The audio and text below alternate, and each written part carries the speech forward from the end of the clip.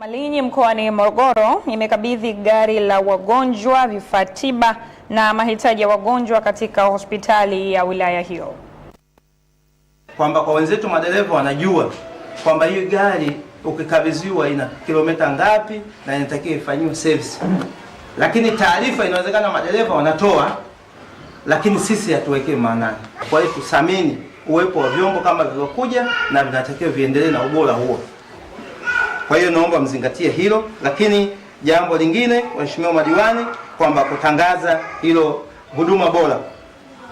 Sawa, kwamba kuna huduma, sio huduma tu, huduma bora. Umuhimu wa zoezi la ugawaji wa ambulance katika halmashauri yetu ikiambatana na ugawaji wa mashine maalum ya soft cabinet pamoja na ugawaji wa vifaa hivi vya kuwapa mkono wa pole wagonjwa wetu, linalenga kwenda kuboresha utoaji wa huduma za afya katika halmashauri yetu. Kiupekee sisi halmashauri, lakini pamoja na watumishi wa idara ya afya na wananchi, wanayo furaha kubwa sana kwa serikali yetu ya awamu ya 6 kwa namna ambavyo ameendelea kuleta magari haya ya wagonjwa katika halmashauri yetu. Hospitali ina jumla ya watumishi zaidi ya 100 na kitu. Kwa hiyo tunaishukuru serikali ya Jamhuri ya Muungano wa Tanzania kwa nia ya dhati ya kuhakikisha kwamba tunapata watumishi wenye weledi waliopata mafunzo kwa ajili ya kuhudumia wananchi.